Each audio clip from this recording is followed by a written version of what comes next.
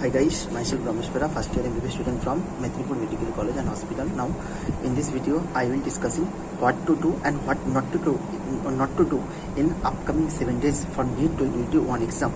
তো তোমরা সবাই জানো যে তোমাদের মাত্র আর হাতে 7 দিন বাকি আছে। তো এই 7টা দিনে তোমরা কি করবে এবং কি করবে না সেটা ভেরি ইম্পর্টেন্ট জিনিস।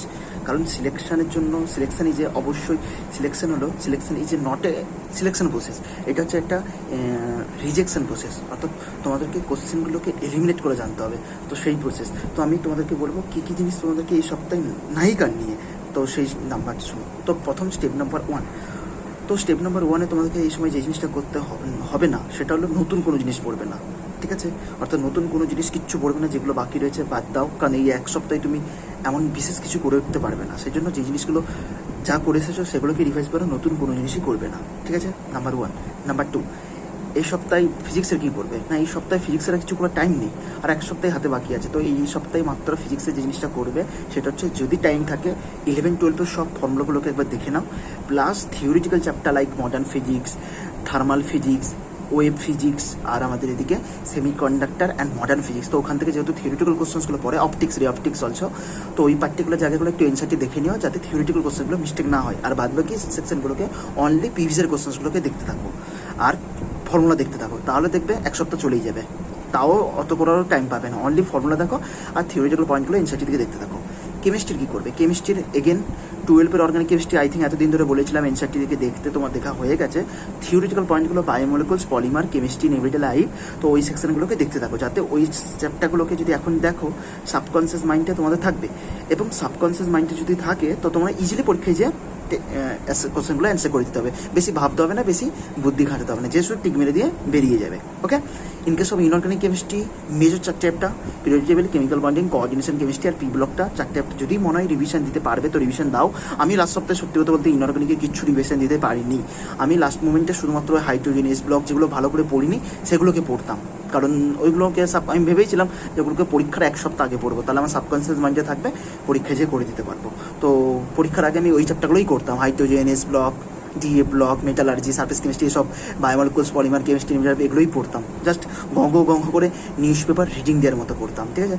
আর ফিজিক্সের যদি আমি বলি, তো ফিজিক্সেরও অ্যাজ সাচ তেমন, ফিজিক্যাল কেমিস্ট্রিরও ফিজিক্সের মতোই সমস্ত ফর্মুলাগুলো এতদিন নিশ্চয়ই করা হয়ে গেছে। ফর্মুলাগুলোকে আরেকবার ফ্লিপ-ফ্লপ মুভমেন্ট করে নাও, চোখ বুলিয়ে নাও, যাতে পরীক্ষার সময় ফর্মুলাগুলো রিক্যাপিচুলেট করতে কোনো প্রবলেম না হয়। আর ফিজিক্যাল কেমিস্ট্রির ক্ষেত্রে থিওরিটিক্যাল সেকশনগুলো আবার সলিড স্টেট বলি, সলিউশন বলি, এদিকে ক্লাস 11-এর ইকুইলিব্রিয়াম, তো ওই থিওরিটিক্যাল জায়গাগুলোকে একবার জাস্ট চোখ বুলিয়ে নাও, এক্সাম্পলগুলোকে, যাতে থিওরিটিক্যাল জিনিসগুলো মিস্টেক না হয়। অ্যাকচুয়ালি এই সময় দেখলে কী হয়, সাবকনসিয়াস মাইন্ড থেকে ইজিলি করে দিতে পারবে, সেই জন্য, ঠিক আছে? Now biology, what to do in biology. তো বায়োলজিতে আমি বলবো ভাই প্লিজ 1 সপ্তাহে না চেষ্টা করে একবার যেন ইনসেক্টিভ বইটা চোখের পাতা উল্টে নিতে পারো। তাতে কি হয় না, এই 1 সপ্তাহে যদি চোখের পাতা উল্টে নিতে পারো না, তাতে তোমার সাবকনসিয়াস মাইন্ডে ক্লাস 11 প্লাস ক্লাস 12-এর বায়োলজি প্রত্যেকটা লাইন ইনসেক্টিভ পুরো মুখস্থ হয়ে থাকবে। তাতে তো সুবিধাটা কী হবে, তাতে তুমি পরীক্ষায় যেয়ে 90-র মধ্যে 80 থেকে 85 কোশ্চেন দেখেই টিক মেরে দিবে, কারণ এই রিসেন্ট তুমি করে যাচ্ছ, এই রিসেন্ট তুমি 1 সপ্তাহ দেখে যাচ্ছ, জাস্ট রিডিং মারবে, কারণ তোমার সব মাথার মধ্যে ব্যাক অফ মাইন্ডে অলরেডি সবগুলো স্টোর হয়ে আছে, ব্যাক অফ মাইন্ডে, ঠিক আছে? অর্থাৎ সাবকনসিয়াস মাইন্ডে অলরেডি স্টোর হয়েছে, জাস্ট একবার শুধু চোখ বুলি চলে যাও, লাইন বাই লাইন করে যে নিউজ পেপার পড়ছে এইভাবে রিডিং মেরে চলে যাও, ঠিক আছে? আর যে জায়গাগুলো মিস্টেক হয়, এক জায়গায় উদাহরণগুলোকে যেগুলো করে রেখেছো, বা একবার উদাহরণগুলোকে ভালোভাবে দেখে নিবে, biological classification, plant kingdom, morphology, anatomy, অনেক উদাহরণ আছে, গাদা উদাহরণ আছে। তো ওই জায়গাগুলো যাতে মিস্টেক না হয় পরীক্ষার সময়, একবার উদাহরণগুলোকে ভালোভাবে দেখে নিবে, ইকোলজি ডাটাগুলোকে একবার ভালো করে দেখে নিও, সায়েন্টিস্টের name, molecular base of inheritance, জেনেটিক্সের সায়েন্টিস্টের নেমগুলো যা আছে, তো সেগুলোকে একবার করে একটু দেখে নিও, যাতে পরীক্ষার সময় রিক্যাপিচুলেট করতে কোনো প্রবলেম না হয়। ওকে, একবার দেখে নিলে ব্যাক অফ দ্য মাইন্ডে সব স্টোর হয়ে থাকবে এবং ইজিলি পেরে যাবে। নাও এবার অনেকেই বলে যে স্যার তাহলে এইভাবে করো, এটা সাবজেক্ট ওয়াইজ স্ট্র্যাটেজি। এবারে ডেলি রুটিন, তো এই সময় আমি কী করবো, কতক্ষণ করে পড়বো এই সপ্তাহে? তো আমি বলবো ভাই এই সপ্তাহে তোমার লাইফ পাল্টাবে, সেই জন্য এই সপ্তাহে তুমি যতটা এফোর্ট দিতে পারবে ততটা এফোর্ট দিয়ে দাও, যতটা এফোর্ট দিতে পারবে, একদম 15, 16, 18 ঘন্টা করে যতটা এফোর্ট দিতে পারবে তত এফোর্ট দিয়ে দাও।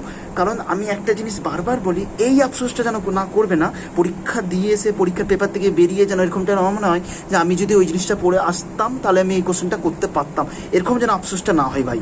কারণ আফসোস, রিগ্রেট, এটা খুব খারাপ জিনিস, কারণ এরকমটা যাতে আফসোস না হয় সেই জন্য এই 1 সপ্তাহে পুরো নিজেকে আনকমফর্টেবল জায়গা থেকে নিজেকে কমফোর্টেবল ফিল থেকে আনকমফোর্টেবল জায়গায় নিয়ে যাও। যত মেহনত করা, যত পরিশ্রম করা, যত দম লাগানো একদম লাগিয়ে নাও এই সপ্তাহটাই। একদম 15, 16, 18 ঘন্টা করে যত ফাটাফাট করে সব সিলেবাসকে দেখে নাও, যাতে পরীক্ষা থেকে বেরিয়ে এই রিগ্রেট বা আফসোস ফিলটা না হয় যে আমি যদি ওই জিনিসটা পড়ে আসতে পারতাম তাহলে আমি এই কোশ্চেনটা করতে পারতাম। এই আফসোসটা যাতে না হয় সেই জন্য যত এফোর্ট করা, যত দম লাগানোর এই সপ্তাহ লাগিয়ে নাও। পরীক্ষা একদিন আগে না, এই 6 দিনে। পরীক্ষা একদিন আগে আরামসে রেস্ট করবে, পরীক্ষা একদিন আগে আমি বলে দেবো, কিন্তু এই 6 দিনের জন্য যত এফোর্ট ডালার ভাই করে নাও একদম, কারণ পুরো তোমার লাইফ জীবন পাল্টাবে সেই জন্য। ঠিক আছে, টাটা ভাই, বেস্ট অফ লাক। এই 6 দিন পুরো রাগারকে মেহনত করো। ওকে ভাই, ঠিক আছে, চলো টাটা।